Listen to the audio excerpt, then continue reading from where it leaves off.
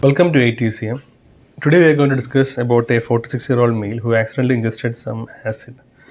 So the 46-year-old male was brought to ER complaint with a history of accident ingestion of acid. Basically, he's a goldsmith by profession, so he was working at his home at around 9 p.m. in the night. So he was using a pipette to suck up some nitric acid, and he accidentally put it in the mouth. Okay. And as soon as he felt it, he spit it out. And after that, he had severe pain over the oral cavity and all that. So he came to the hospital after about 4 hours. So my initial 10-second assessment, he was conscious or obeying to my commands. So I went to the primary survey. So in the airway part, there was actually obvious this thing. You can noticeably see the spillage of acid over the oral cavity and all that, but there was no features of any airway obstruction. There was some discoloration in the around the oral cavity. There was some whitish discoloration was there, but actually there was no any obvious stridor or anything heard. And he was able to talk also, but with significant pain. And breathing part, he had a saturation, respiratory rate of about 24 with a SpO2 of 98% in room air. Auscultation chest was clear and equal air entry was noted. Circulatory part, he had a heart rate of 102 and blood pressure was 120/70. And disability full score of GCS. And exposure part, he also had some spilled acid over the hands also with some first degree burns. Okay. Which he already washed at home and then came to hospital. He already applied some home remedy which was present there and came. So during the primary survey itself, we secured 2 large bore IV access and also started him on analgesia. So initially we gave him 1 gram paracetamol and also continued our survey. So basically, he is a 46-year-old male patient. He is a non-case of CLD, child C, male 20. He was a post-liver transplant patient in 2016. After that, he is a regular follow-up of our hospital. He is on any immunosuppression? He is actually taking Advagraph. It's tacrolimus. He is regularly taking 1.5 milligram. That's the only medication he is taking regularly. So then the history was he was working, as mentioned before, and then there was no other coma. The only coma was this one, and also there was no any drug allergies or anything. And at this point, we reassessed him. So actually, the pain score, he was still around, initially it was about 6 to 7, but now also he's completing the same pain score even after giving paracetamol. So at this point, we started him on tramadol along with MSL, which was given, and continued our examination. So this time we went with a head-to-foot examination. So we noted actually we had some first degree burns of both hands due to spillage of this thing, and oral cavity there was actually 1 deep burn was noted about 2nd degree, but all other ways some whitish discoloration was the only thing noted. And then other system examination, he had a clear chest and equal air entry, abdomen was soft and non-tender, there was no signs of any peritonitis or anything like that, abdomen was soft, there was no pain or anything, and other parameters in the normal limits only. So as an adjunct, we took a VBG also. It was showing no acid-based derangement. Lactate was 1.2. So as part of our adjunct result, we ordered for a portable chest X-ray. It was also within normal limits, normal lung parenchyma.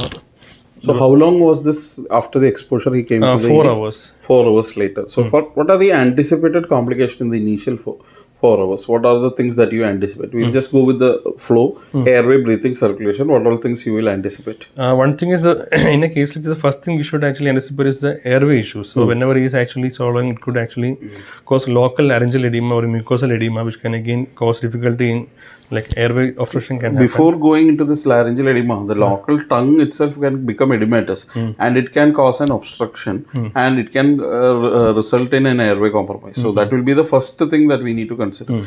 Later on, when it goes down, it can have laryngeal edema and all those things. So all the soft tissue, just like what happens in an obstructive sleep apnea patient, the similar episode can happen in a patient like this. So instead of directly going to the vocal cord getting injured, you can have local edema, swelling, bleeding even, and resulting in a large tongue, and maybe all the soft tissue would have got swollen and resulting in an airway obstruction. So that is again one of the significant issues that we need to keep in mind. And later on, as you suggested, you can have, depending upon the depth of the burns, laryngeal edema. Maybe he would have swallowed a little bit also, resulting in esophageal, all those burns, etc. You can have. But the most common, the local edema, wherever, because the history wise he has just pipetted it, and after some time he found out it is acid and he has spit it out.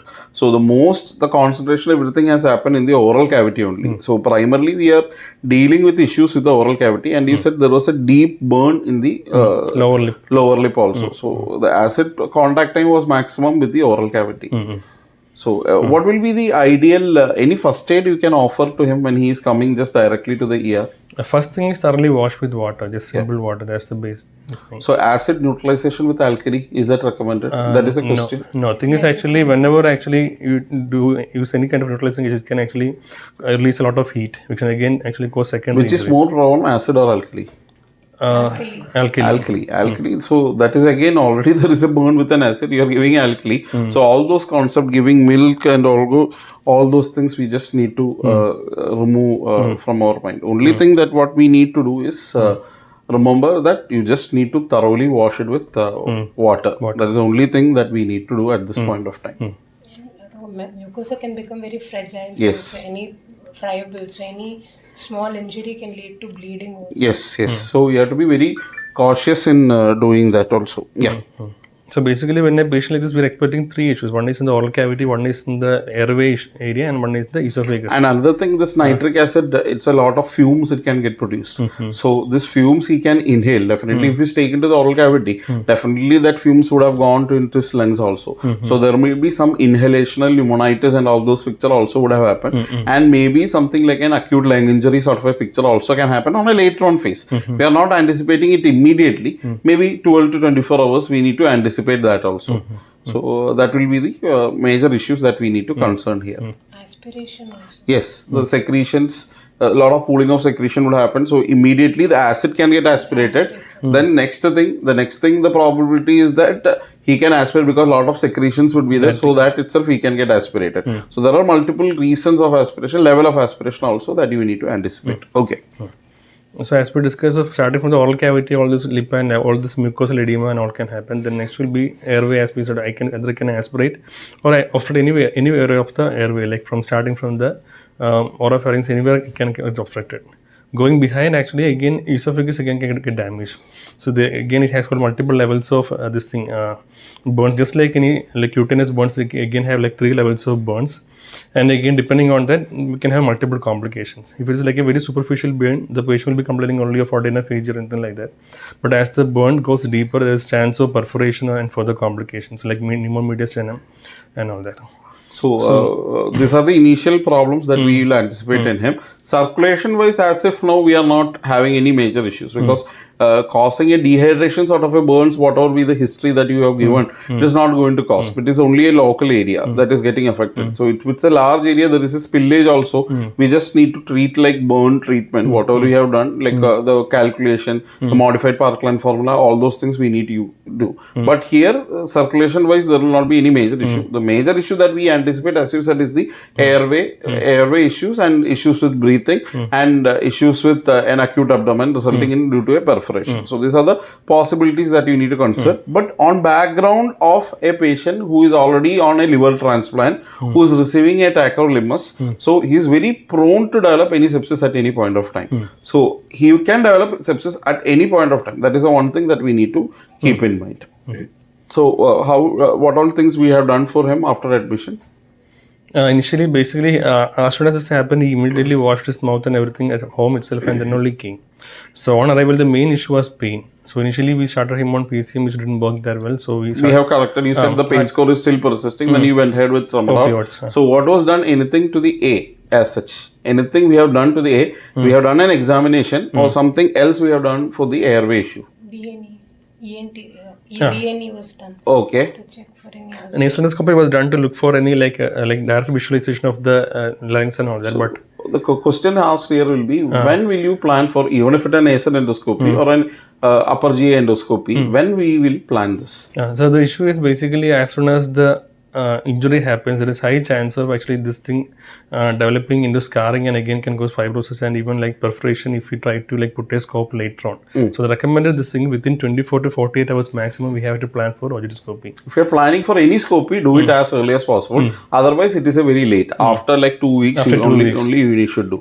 So the first option will be directly, as you said, you went ahead with the nasal endoscopy and we have examined the vocal cords as well as how is the local edema and all. So what was the findings in that? In the nasal endoscopy, they couldn't find any obvious swelling below the level of larynx. So up to the level of mainly on the oral cavity and all there were obvious swelling and like mucosal injury was there, but beyond that there was no obvious injuries. Okay. So at this point we are not anticipating that much of a like an airway compromise at this point. He was also able to talk and all in the initial phase.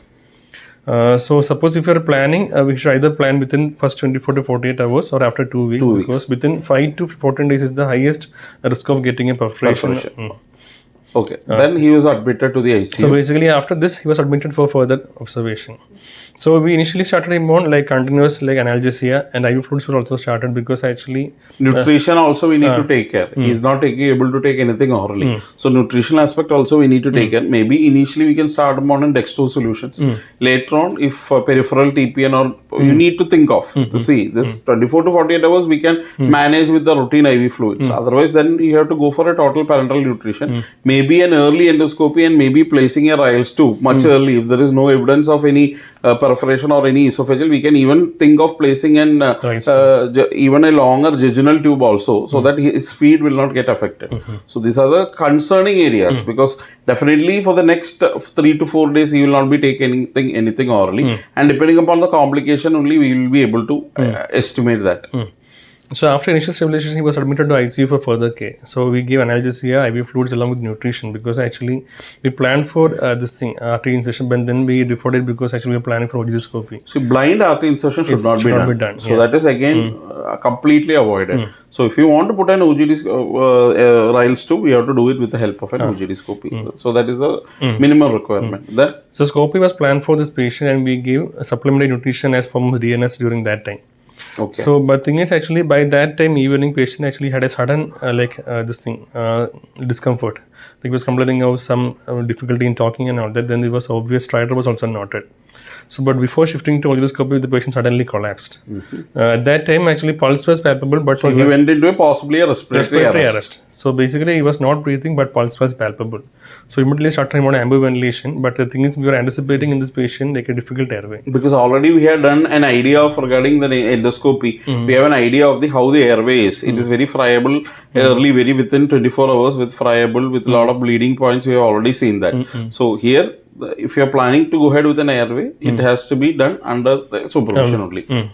So we immediately arranged for a video laryngoscope because it was a better option in this case. And on examination, actually, we could find a significant laryngeal edema. So actually, we had to opt for a smaller size tube, and also we sedated him and paralyzed him with etromedate and rocuronium. And after that, we put a 7 size ET tube and intubated the patient. But at that time, because of immediately acting, we were able to intubate the patient even in spite of having edema. See, the problem here mostly, rather than edema, the concerning was the edema of the tongue and more of the upper airway structures causing the edema and the apnea. It is not more of a vocal cord, it was not much edematous. Later on, we could pass an 8 size ET tube for him. We changed the tube size. But the major issue concerning here was the upper airway obstruction, the large tongue which has been swollen due to the direct burns and all other oral cavity structures. That was the major concern why he went into an respiratory arrest. Any role for steroids? Steroids actually is not routinely recommended because actually multiple studies have been done. So the only recommendation actually they are suggested is patients who are having like grade 2 to 3 esophageal injuries. And there is a high chance of this forming fibrosis strictures. The studies have shown early administration of steroids can actually prevent the formation of strictures in the later process. See, as if now only might would have been an indication, maybe a laryngeal edema, stridor. That is again, it is direct inflammation with an acid. How much steroid is going to help you is a questionable thing. Maybe trial of an adrenaline nebulization, maybe to decrease the edema, maybe an adrenaline sub-Q or an IM. It's all controversial. I'm not saying these are all indicated here. There are no definitive trials or studies because we just very rarely get this group of patients.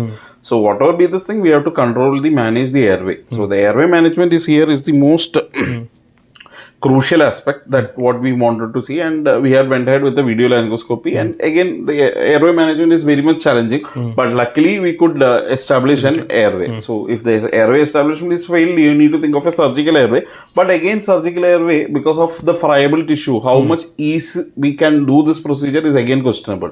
So if it has gone into the trachea and there is also a tracheal injury and all, then it's a huge challenge. But luckily we could intubate him and we could secure an airway. So that part we are happy for him.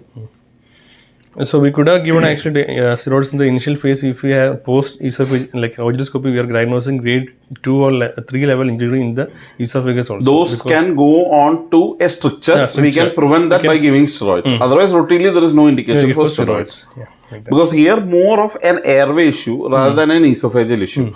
Here we were concerned more because he has not swallowed it. He had spit it out. So more of an airway related, upper airway related, to be more specific, that we are dealing with. Okay. So we intubated the patient, secured him on a ventilator. After that, actually, his airway was maintained and also the parameters are maintained. Okay. But for further follow-up, actually, instead of this thing, doing endoscopy, we went with a CT scan. A contrast in his CT was done. It was not showing any features of any pneumo or mediastinum was perforation, nothing was noted. But a significant edema was noted. Circumferential wall edema was noted from the esophagus and up to the GE junction and also the cardia fundus and proximal body of the stomach. Okay. So, however, he has not swallowed it, some amount have definitely gone inside and causing a damage to the esophageal structures. But as secondary complication, there was no signs of a pneumomediastinum or pneumoperforation or peritoneum. Okay. So, he's still in the ICU. He is actually currently on ventilator, and actually we are also planning for a proper endoscopy today evening. Okay. So, what will be your take-home message in this case? Any acid or alkali ingestion when coming, what will be your take-home message? One thing is always the first priority is airway. So, whenever a patient coming like this, we have to anticipate for a early airway involvement, and also we have to arrange for all the backup parameters. So, has it happened in this patient within a span of seconds he deteriorated? Within a span of seconds, he was quite stable and suddenly he went into an respiratory arrest. So this we cannot anticipate but we have to keep in mind that definitely he is going to have an airway compromise. Rather than getting all those things when it happened, you can keep everything on the bedside and we can have a trained personnel available throughout the patient is there and you can secure the airway. So that will be the most challenging part, which we luckily went through and we could able to establish an advanced airway for this patient. But certain things actually we can actually indicate a bit more complicated stage. Only one thing will be a metabolic acidosis in the ABG if you're getting anything. They can actually go indicate spillage of this acid into the intestine or into the apothorax. Second thing, we can take an X-ray which can rule out two things. One is pneumomediastinum and second, air under the diaphragm. Perforation. Perforation can be ruled out. And third thing again, these patients have high chance of any secondary injuries like any secondary multi-organ involvement and all that, which we have to be continuously monitoring even post-admission also. Here the concern again post-transplant, so we have to put him on a broad-spectrum antibiotic anyways, because anytime he will just go in already immunosuppressed, he can go in for any time and sepsis part, and complication of sepsis will be more rather than the complication of the burns, what has happened now, right now. So we need to have a balance in the managing both the sepsis as well as the burn management. And also initially we keep him on NPO and also try to get an endoscopy as early as possible because it is the gold standard for this kind of patients. The patient deteriorated in between and secured the airway. Now it is easy to do an OGD-scopy. Just 48 hours we can straight away do and assess what is happening exactly. And as we discussed before, RT is contraindicated before a scopy because anytime if you are putting through a friable tissue, remember that all blind procedures are contraindicated. That's putting in even an nasopharyngeal airway. If you are putting that itself can create problems. So you have to be all blind procedures better to avoid. The thing is, when this patient get discharged, also we had to be careful because on their re-visit for any other condition, also this things has to be remembered because actually these patients are highly prone for perforation and other complications in the nearby this thing also, post injury also. So in the next 3 to 6 months, we have to be careful for secondary injuries also. So complication like stricture, they can come back with strictures and all those things and strictures turning on the gastric outlet obstruction, strictures, all those things we need to have. Okay. So this patient currently is on ventilator support, hemodynamically stable. We are planning for scopy in the afternoon. Okay. Okay. Thanks. Thank you.